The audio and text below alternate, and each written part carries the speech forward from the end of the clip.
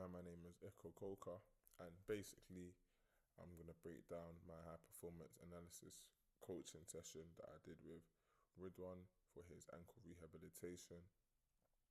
Um, Basically, before I go into the actual exercises and the sessions itself, I'm gonna basically give a breakdown of what transpired and what went down during these sessions. So, just a brief overview. So, I'm gonna start with the profile of the player. So, who the player is, why I chose them, and what we ended up doing in the sessions and what the exercises were, which is important to help the player and also myself know what he's going to do. Why is it important? Obviously, the player needs to know why he wants to improve. The player needs to know what he's doing to improve. How will it translate to the athlete's needs? Basically, just breaking down what the sessions are and how it will cater it specifically to the sport the player plays or the position he plays, and then the training methods that will be used. So the player I chosen was Ridwan Yuba. He's a player that I've done work on in the past. He's a player that I have used, a player that I've seen live multiple times, a player that I've watched plenty of times. So I felt like this was the perfect athlete to choose from. So his name is Ridwan Yuba. He's a fullback and a centre midfielder for Three Bridges. Three Bridges are a team who play in the Isthmian Southeast Division. Ridwan had a great season, to be fair, this year. I think they finished fourth. He played a starring role with over 30 games played during the season. Unfortunately, he was ruled out for both playoff semi-finals and the final. Obviously, they made the final through injury when he sprained his ankle in the last game of the regular season. So it's kept him out of action for a while. He's also been out of action for pretty much the whole of the pre-season, or whole of the post-season. Leading into pre-season, he's just now catching up. And I've worked with him for a bit to help him get his ankle back to full restoration in time to join mid pre-season and hopefully get going full fitness by the start of the season. So he spent the first 4 weeks of the off-season rehabbing and recovering from the injury. So we will now continue to help him get the speed up to speed for the pre-season currently forthcoming. In the sessions, we'll work on the following components to get Ridwan fit and ready for pre-season. These are strength, power, agility, and anaerobic training. We picked these four because we feel like these four are the four core fundamental foundations of an elite athlete that must be met. I believe that without these things, it will be extremely difficult for an athlete to play at the highest level or play at a level of such significance or value without the need of these four things. So it was imperative that we decided during his rehabilitation phase of this ankle and to get him right for fitness and for the season that we focus solely on these four components. So we're going to start with strength. So for a strength exercise, building strength and being strong is a fundamental component in football. However, it's even more important that strength is built after injury to prevent any further injuries or specific injuries in itself reoccurring. So the aim behind this is that we want to make sure Ridwan can get physically stronger, because the loss of mass and muscle that he incurred during this time away could obviously have a deeper effect during the season. So we feel like this is the right time that we can use to put on as much strength as possible before he gets back into full football. So this is why we mentioned that the stronger the muscle is, it means it also absorbs more stresses and impacts the football. Stresses of the impacts of football, making players harder to shift off the ball and to tackle. If his ankle's stronger, it won't give way as easier. He can be a bit more robust. He can be a bit more stronger. And lastly, with the correct strength training methods, the player's biomechanics may also significantly improve the efficiency and effectiveness of their performance. So if a person's if a person's body's moving right all the time, yeah, and it makes his game more efficient and freer, and he can express himself a bit more whilst he plays. So this is why this is an essential part of the fitness aspect that we're doing. So in more detail about the squat in particular, this is a strength exercise that I chose as being the most effective. I could have chosen a deadlift, but I believe a squat was more effective in this scenario. I've chosen squat as opposed to a deadlift because it's more significant load on the ankles, which can help strengthen itself during the rehabilitation phase. So as much as we're catering for Ridwan to get back into full fitness and full strength, we also want to work directly hand in hand with the ankle. And we believe that a squat incorporates the ankle heavily in opposite to the deadlift. It still uses the ankle, but not as much as the squat. So we feel like if it's using the squat, we have more of a chance to improve the strength in and around the ankle area. As you can see, squatting obviously involves significant dorsiflexion and in the ankle, which in turn can help the ankle move better and more flexible. The beauty of squatting is that it can be done with minimal to no weights, thus reducing the impact of the load on the ankle, allowing a good range of motion. So another reason why it was quite clear that we had to pick a squat was because Ridwan hasn't squatted in over a year. During the season, he doesn't really do legs, and in the off season, he doesn't do it too much. So including a squat in his workout now would be quite difficult. The beauty of a squat is it doesn't have to be heavy. It doesn't have to be a load. It's not like a bench press where you need to have a bar that even a bar might weigh 10 to 20 kg. With a squat, you could use no bar, you can use a bar, you can use weights, you can use dumbbells, you can do kettlebells. There's so many different variations that we could use in a squat that can help tailor-made for Ridwan. And in our case, it was the beauty of the squat could be done weightless. And then we could build onto something as he gets more confident, as his ankle gets stronger. And then we can gradually grow and grow and grow, and then put a bar, and put weights on the bar, and continue to grow and strengthen himself. Unlike the deadlifts, squatting mimics many components, such as unlike the deadlift, squatting mimics a lot of components that a footballer needs, in particular running and jumping. It's also a functional exercise, which means it uses a range of different muscle groups. For example, the backs, hips, legs, and ankles. So this is essentially like a full body workout to improve the strength of the overall mechanics of your body. In terms of the actual exercise we're going to do with Ridwan, I'll just break it down quite simply here. So for his squat workout, Ridwan's just going to do 2 sets of just squatting the bar. He's not gonna do anything heavy. He's not gonna do everything too light with free weights. He's just gonna squat the bar. He's gonna warm up with a bit of free weighted squatting to get comfortable, but then he's gonna start off with the bar. The bar does weigh 20 kg, so he will be squatting a 20 kg bar essentially, but it is a weight he has squatted before and is quite comfortable at squatting at. So he's gonna just do 2 sets of 10. He would then do 4 sets with 5 kg weighted plates on either side. So it will be a 30 kg squat. Once again, just to up the strength a bit more, to create greater strength into his legs and muscles, but also not by overdoing it with a heavy weight that could cause reoccurrence of an injury. As we're returning from injury, and this is his first session, we're going to use a Smith machine because he's comfortable with a Smith machine. He's not really comfortable using a free bar yet.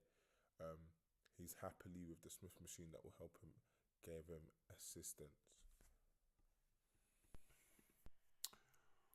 For our power component, I'll be talking about the snatch. Like the squat, the snatch is also an Olympic weightlifting movement where a barbell is explosively lifted from the ground to overhead in one continuous motion. Incorporating the snatch into a footballer's training offers multiple benefits for the athlete. This can stretch from improved explosivity and power to coordination and balance. The snatch also boosts an athlete's agility, speed, and power. But what is the snatch? The snatch is an explosive, complex weightlifting exercise that involves lifting a barbell from the ground to overhead in one continuous motion. The snatch just uses momentum to thrust the bar over a head, like again, once said in a singular motion. And why I picked this over something else is because it's crucial for a footballer's rehab, especially during an ankle sprain, just due to its many benefits that it has. It builds overall lower body strength and power, which aids the restoration of explosiveness needed for like sprints and jumps, and obviously quick directional changes that can happen during football, especially as a left back. The exercise requires significant amount of stability and mobility, while also improves balance, which is all needed for countering re-injury that may occur during this type of training.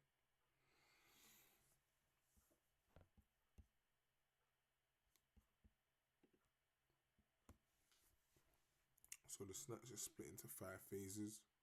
The first phase is probably the easiest phase, which is the first pull. So this is obviously extension at the knee and the hip are used to lift the barbell off the ground in a controlled manner, maintaining a flat back. You don't want a curved back. You don't want a back too low and bent over. You want it completely flat whilst you're lifting it off the bar, just so you don't occur any injuries that could possibly happen during this exercise. The second phase is the transition or the scoop. So once the bar passes the knee, the lifter rebends the knee, bringing the barbell to the power position while keeping the bar close to its body. The next phase is the second pull. So this is when the hips are extended explosively during the knees and ankle phase. Along with the knees and ankles, while pulling the barbell up with the arms. The next phase is the catch. So that's at the top of the barbell, that's at the top of the movement, The athlete would then drop into a squat position, rotating the wrist, flicking the barbell to catch the barbell overhead whilst arms are fully extended. And then there's the last phase that I haven't put in there, but it's the recovery phase, which is just whilst the bar's at the top, can you pause and hold the bar above your head for about 2 to 3 seconds before dropping it down to the floor in a safe and orderly manner.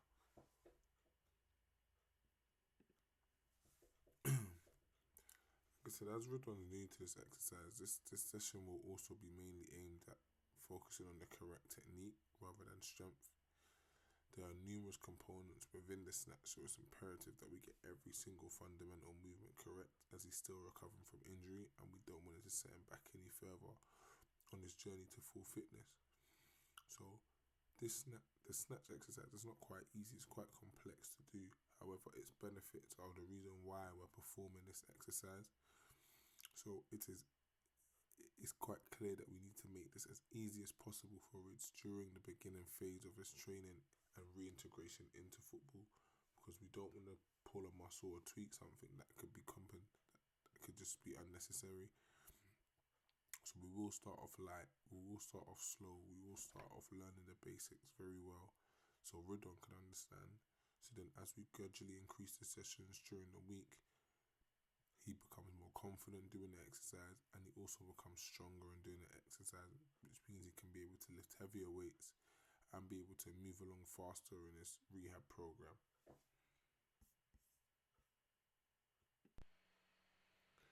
In this next phase, we'll be discussing anaerobic training that will help Ridwan's program to get him back to full fitness and ready for performance.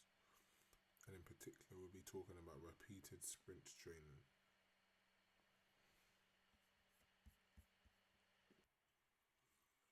So repeated sprint training, or RST as it's known, is a high intensity sprint training focus method that involves numerous short distances sprinted between a quick recovery period.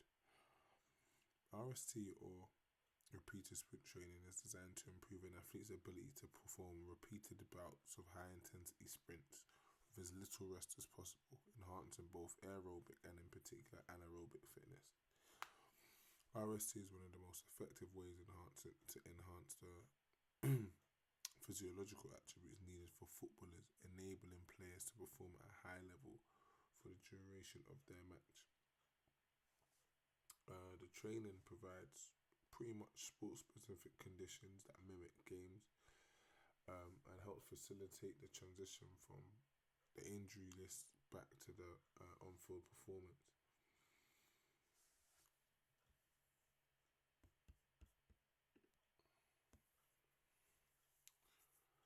With the repeated sprint training, there are three components that make it up. First is the structure. This is the timing of the sprints. Each run should last about 10 to 30 seconds, with at least a rest period of about 10 seconds to a couple of minutes. Intensity, so the sprints must be performed at maximum or near maximum intensity.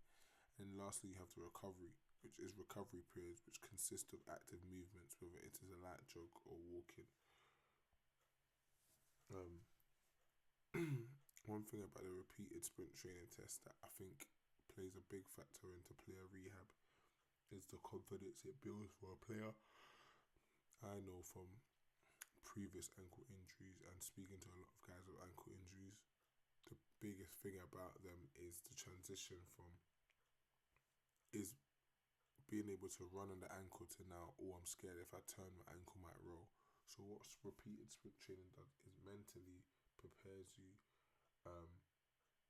to return back to injury. It gives you confidence and more resilience in your playing if you're able to get that feel back that your ankle is in a good shape.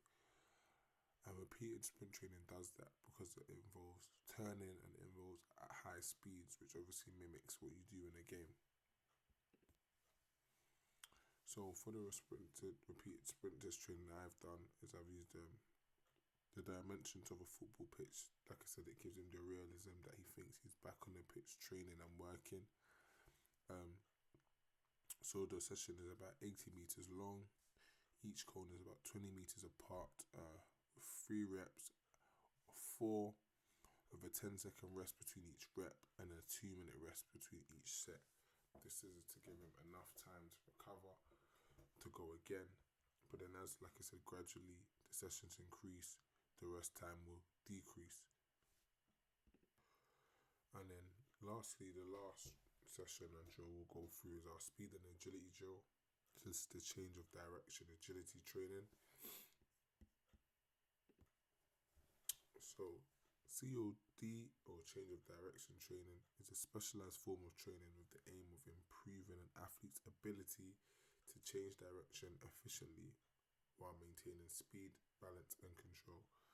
This type of training is particularly important for athletes who take part in sports such as football, where quick and precise movements are a necessity. So in the terms of Ridwan, this is exactly what he needs in his rehab to get him back to training and get him back to playing.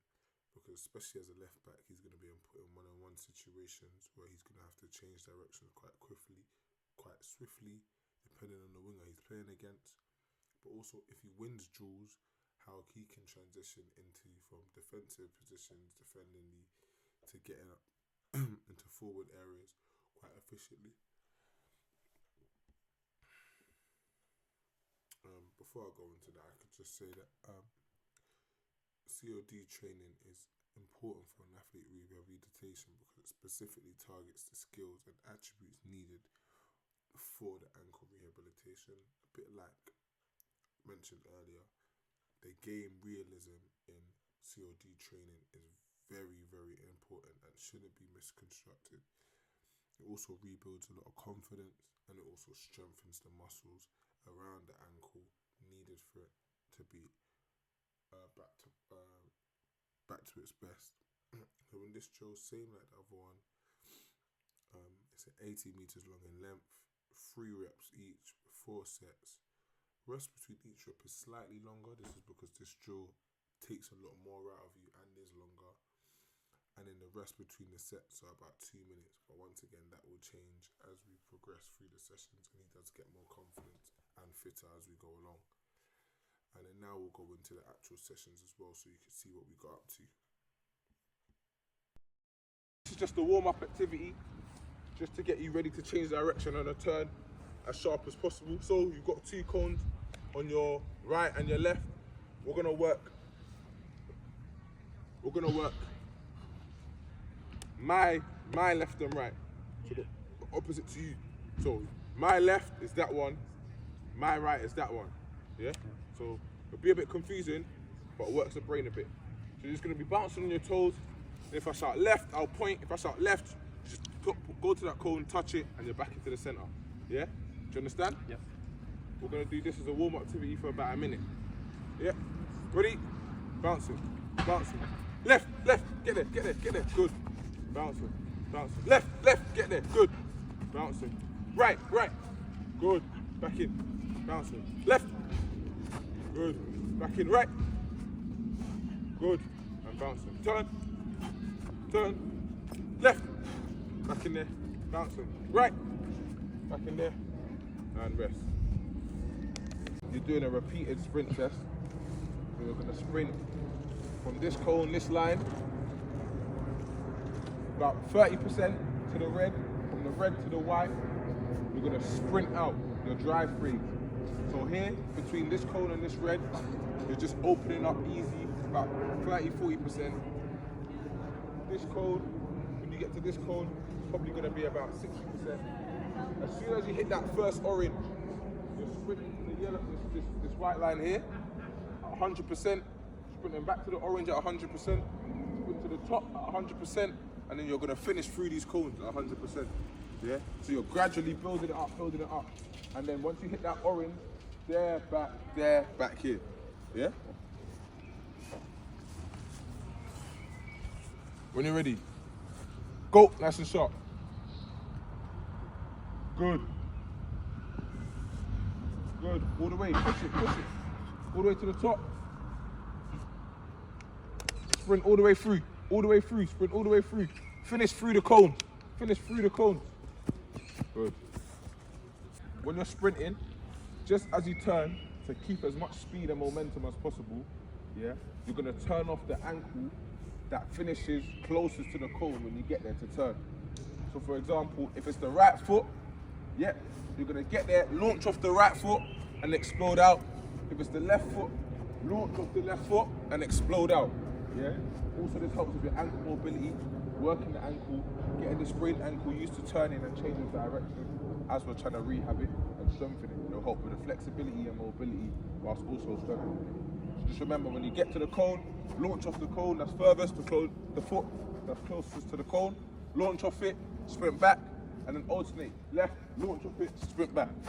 Right, go, nice and sharp. So build it up gradually and explode out. Now explode, good. And turn. Good, there you go. And then off the left leg, good, boom. Explode out. Keep going. Push all the way to the end now. Explode all the way to the end.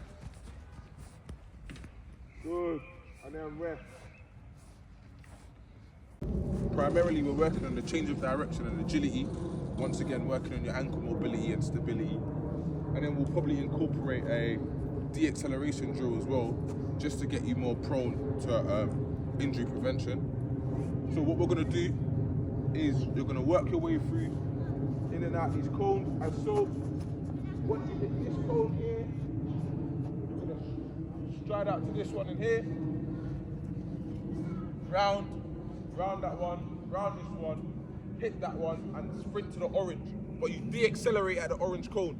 So when you get to the top orange, you finish like that. And it's just a slow walk back, and that walk back is your rest. Yeah. Once again, we're gonna work 3 sets, rest, 3 sets, rest, 3 sets, done. Sweet? Let's go. Sharp, let's go. Sharpening out them cones, sharpening out, good. Dark, get round them, get low, good. Get low, good. Keep going. And make sure you de-accelerate on that white line, good. And walk back, nice slow walk back. First couple of times you've been above the cone, quite high, harder to turn. Can we get low, in and out, quick, shuffle the feet, Yeah? When we hit these cones, can we stay low to the cone and can we stay as close to the cone as possible to get around it more efficiently and smoother? So if we're working around this cone, can we get round it as close as possible and push off? Yeah, both sides. Can we get a low round it and push off? Yeah, and then when you get to the end cone, can we stop on a dart on the white line? Can we stop dead on the white line? Yeah? Do it one more time. Ready? Go! Get nice and low. So work the feet. Good. Good. Get around. Low. Get low. Good. Get low. Good. Push off. And push off. Can we stop dead on that white line? Whoa, close. Walk back. Almost got 10 times. This is a gym session, part of the drill, focusing on the power and the strength part components of the session. So as a warm up, I just got put on to do some standing squats, weightless, just using his body weight, just to get used to the feel of how the session's going to be and to get the muscles and blood pumping around his body as a warm up.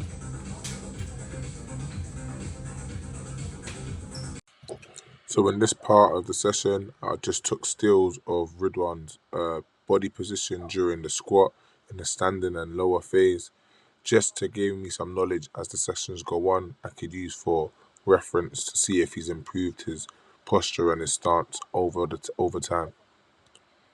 So in this phase of the session, Ridwan was just doing 10 squats, barbell squats on the Smith machine, focusing on just getting his depth right. As you can see in these clips, his depth ain't the greatest, however over the course of the session with coaching, he did improve this. So this is the improved part version of his squat. As you can see, his legs are more shoulder width apart. Hold a bit longer when you get down to the bottom. There you go. A further range of depth to go down, and then up, which increases the use of the muscles. That can also help with ankle rehabilitation and strength. So in this one, Ridwan is getting to the hang of using the snatch. One of the problems that occurred was that Ridwan wasn't comfortable using the long barbell, as he felt it was weighing on his shoulders, so we opted for the easy bend bar. Although this is not the bar we used, I used it for this first session. Don't bring the bar to you, you go to the bar. There you go, better. As you can see, he's and then new to it. When you get to the shoulders, squat. And no, squat. We did do some coaching after to help improve this in the next clip. Yeah, so breathing. You're using bar. You're not even asking a question, asking like a disappointment. You're using your hips to help thrust the bar up. Figure out how to make it. So go and do it again. Do it again. Yeah, good. Yeah, good. But you're still not using the hips. Use your hips. So use your hips. So thrust with it. Thrust with it. So once you get it, use your hips. Boom, boom. Yeah. No. So use your hips. Push it. Thrust. Thanks, man. Thanks, man. Good. And again. Good. Use your hips. Yeah. Once again, you're still not using your hips. Thrust with your hips. Thrust with your hips. Thrust really hard. Look, again. You're not using your hips. Yeah. Use your hips. Thrust. I'm pushing out with your hips. You're still missing your hips. You're still missing your hips. So like I said there, when you're here, parallel, down, boom, boom. It should hit your hips. Your hips should come flat. You're doing going. No, it should go here, hips there. Yeah. There, hips there. There, hips there. Not there, no. There, hips there. Okay. Use your hips. Use your hips.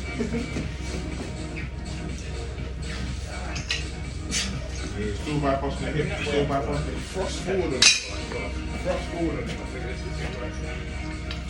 Bro. Thrust forward. Better. And you go to Better. Yeah, better. all the time. Use your hips enough. Use your hips. Calm down.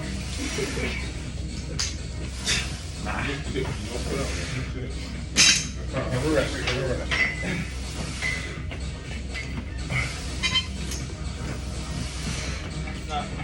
One. calm if you don't even get it, because then I can use it and take it from first, which is still working. So, you get it. You know the Isaac.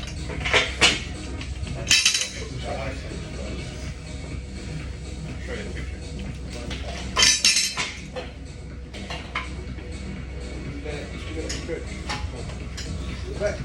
Once again, yeah. No bars to demonstrate. Use your hips. That's the whole point of the steps. To incorporate your hips to punch your workout. Yeah. So there, boom, boom. There, boom, boom. So practice with no bar. Practice with no bar, yeah. No bar, no bar, no bar. Oh. No bar. Hit your hips. Good. Yeah, so it's up there. Boom, boom. The shoulder, keep that. See that?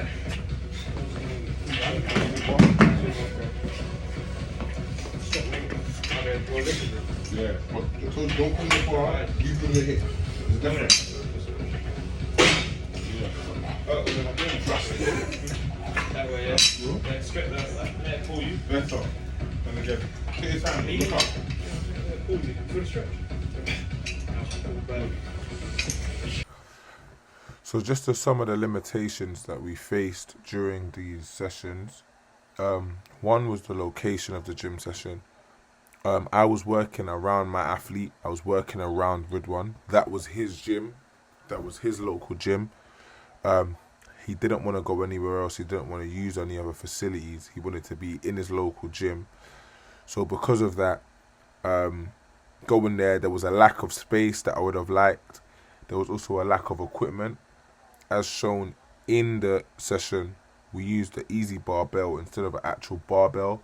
That's because one, he wasn't comfortable using a large barbell right away because it felt weird and uncomfortable. But I would have loved to have used a smaller barbell, but because of the lack of equipment in the gym, the barbell itself was broken. The one smaller one was broken, so we had to use the easy barbell. Also, the gym was quite small, so as you can hear, there's a lot of background noise, a lot of people in there, and not a lot of space to use that I would have liked for the actual session. The equipment available, like mentioned before, the barbell, the lack of barbells available. The Smith machine, I would have loved to use something else, but once again, I had to use the Smith machine because it had a barbell on it that I would have liked to use. And then the time, the sessions felt a bit rushed because Ridwan was running on tight time constraints, whether to do with work or other sessions that he had to do or other things he had to go and cater for. So the sessions weren't as long as I would like to be.